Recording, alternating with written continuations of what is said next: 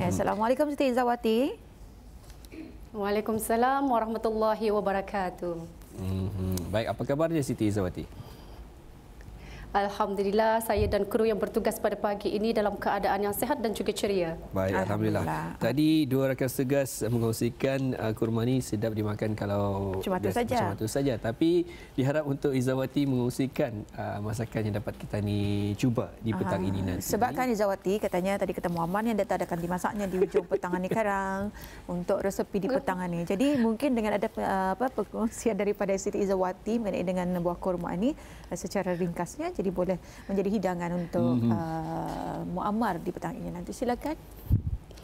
Ya, jadi selalunya ya kalau tiba di bulan Ramadan, kalau kata orang indah dimasak buah kurma ni, kalau saya sendiri yang sering menjadi amalan saya ketika di bulan Ramadan, yang mana buah kurma ni dirandam sehari dan esok airnya diminum.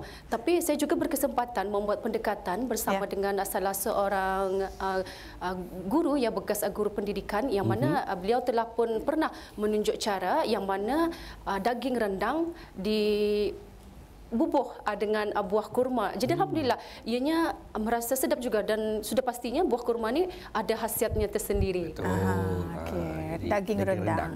Muammar boleh cuba nanti makan dengan kelupis nyaman tu. Insya-Allah. Jadi kita ni cuba sekarang cari apa resepinya ataupun mungkin sekarang kita ni teks ataupun WhatsApp Izzawati ya. Apakah resepi-resepi yang boleh kita ni kongsikan bersama, dan juga terima kasih juga Siti Izzawati kerana Siti Izzawati ni banyak pengetahuannya tentang makanan ni. Jadi pada Auda pastikan untuk sentiasa mengikuti kami di Rampai Pagi. Baik Siti Izzawati, kami serahkan dengan Siti Izzawati untuk mengkongsikan bahan dan juga informasi dari daerah Temburong. Silakan. Ya, terima kasih Muammar dan juga Nur Hayatul. Bismillahirrahmanirrahim. Assalamualaikum warahmatullahi wabarakatuh. Selamat pagi dan salam sejahtera. Ya, ada menerusi Rampai Pagi dari daerah Temburong pada kali ini. Kita akan dapat sama-sama menyaksikan bahan yang telah pun disediakan. Namun sebelum itu ingin kita kongsikan terlebih dahulu keadaan cuaca di daerah Temburong. Pada pagi ini mendung. Jadi apapun juga kegiatan dan aktiviti yang akan bisa kita laksanakan pada pagi ini, sentiasalah meningkatkan kewaspadaan walau di mana jua Auda berada. Dan seterusnya Auda ingin kita maklumkan juga bersama dengan Auda yang mana majlis penyerahan agihan zakat modal peralatan rawatan perubatan akan diadakan pada hari ini 13 Ogos 2020 bermula pada jam 3.30 petang bertempat di rumah kediaman Awang Abdul Rahim bin Abdullah. Ya, Auda, itu dia maklumat semasa yang dapat kita kongsikan bersama dengan Auda, dan seterusnya kita terus saja menyaksikan bahan yang telah pun disediakan oleh rakan setugas kita Nahdlatul Ayumi mengenai dengan tanaman halia. Kita saksikan.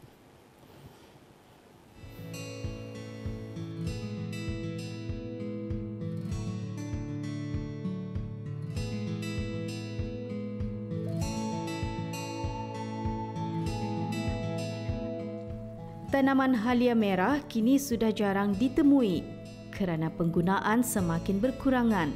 Kebanyakan pada masa sekarang, masyarakat lebih gemar menggunakan halia biasa untuk kegunaan dalam pelbagai masakan mahupun perubatan.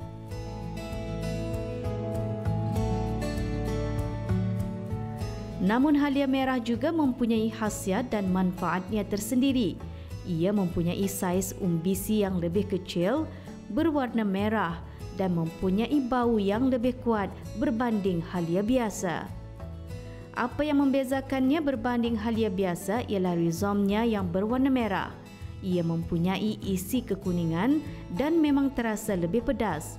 Keunikan rasa pedas ini menjadikan ia amat sesuai digunakan oleh pengamal perubatan.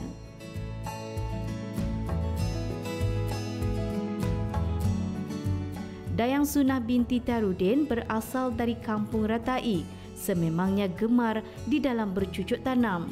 Daripada menanam sayur-sayuran, buah-buahan dan menanam beberapa jenis-jenis herba, ini termasuk menanam halia merah.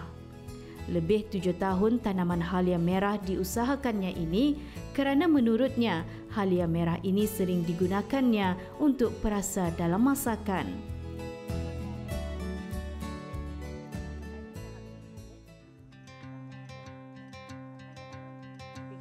Ini namanya laia merah.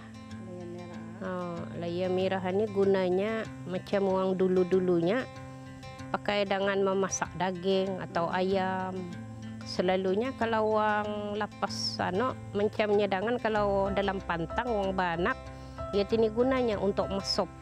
Dicampuran ini diarap-arap atau ditutup untuk sop. Supaya macam jadi itu kalau orang dulu-dulunya macam dia pulih tenaga katanya. Ia ternamanya ni laya merah. Jarang pulang orang ada nih. Orang dulu-dulunya yang menggunakan, masa zaman sekarang ni payah nih. Pasal dengan inginnya selalunya laya biasa, laya dijual di kedai. Di menanamnya di tanah biasa saja nih. Ini ndak berpilih tanah nih, apa saja tanahnya nih, mudah jadi nih. Cara kita menanam mula-mula apa tuh? Ini anak cuman ini, anak hanya cuman ini. Ini kuputung-putung, ia punya ini ada akar sedikit saja, tanam. Mudah dia jadi nih. Ndak payah berbaja apa nih? Ndak ada. Kalau aku kalau ubat-ubatan ndak ada pandai pakai baja nih. Cuma ini saja dibiar. Paling senang tanam sudah siang-siang atunya jagaannya. Kalau subuh nih selalunya memakan masa pulang nih bertahun-tahun. Kalau jenis cuman ini, kalau ditanam 4-5 bulan belum lagi baisi nih. Kalau macam ubi kata ni bertanam mudah baisi, kalau ini lambat nih. Ya laya. Macam kita berapa lama sudah nih menanam? Aku ni ada sudah dalam 7 tahun lebih nih. 7 tahun. Baut dia banyak kan ni. Dapat sudah diambil lah. Dapat sudah diambil. Macam mana kita boleh lihatlah kalau ia dapat diambil sudah? Kali dicuba kali. Kalau sudah usulnya ada, dapat dia diambil tu. Macam kunyit je tu. Kadang-kadang kalau aku kan masak daging aku ambil campur, aku berinda, kadang-kadang aku putung-putung. Untuk masakan. Cuma ni cukup ni kalau untuk masak daging ke ayam ke.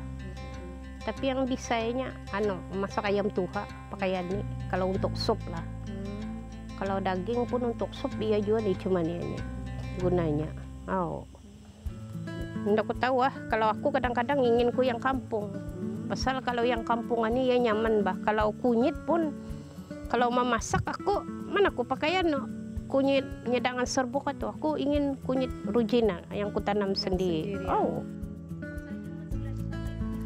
Hasil tanaman seperti ini pasti banyak menjimatkan perbelanjaan dapur kerana tidak perlu membelinya.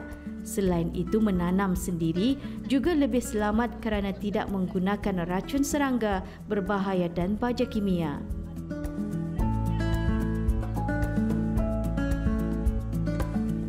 Benarlah kata pepatah, berbudi pada tanah pasti ada hasilnya. Walaupun sedikit, ia sudah cukup menggembirakan kepada si empunya yang telah bekerja keras mengusahakannya, kerana melibatkan diri dalam kerja-kerja pertanian bukanlah suatu perkara yang mudah kerana ia menuntut kesabaran dan kecekalan seseorang untuk menghadapi cabarannya.